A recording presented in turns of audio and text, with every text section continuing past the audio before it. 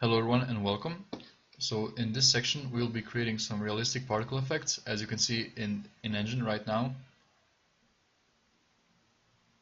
In order to create such particle effects, we will be needing to use a lot of assets, materials and textures.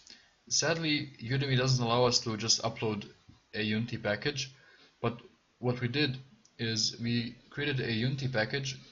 This is it. It's called Explosion Course, but we set the extension to be PNG so we could upload it to Udemy. And you will download this. So download this PNG, which isn't actually a PNG, and then create a new folder. Then you will take that PNG and put it in that folder.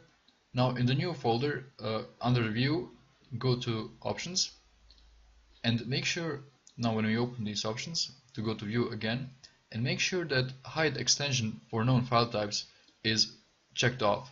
So it's empty, and then click Apply.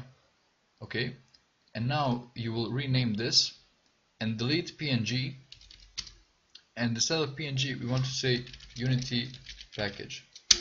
Now if we click Enter and click Yes, you will see this Unity logo, and then in our next course you will see that we will import this and get a ton of cool assets for our particles. So thank you for watching and see you in the next lecture.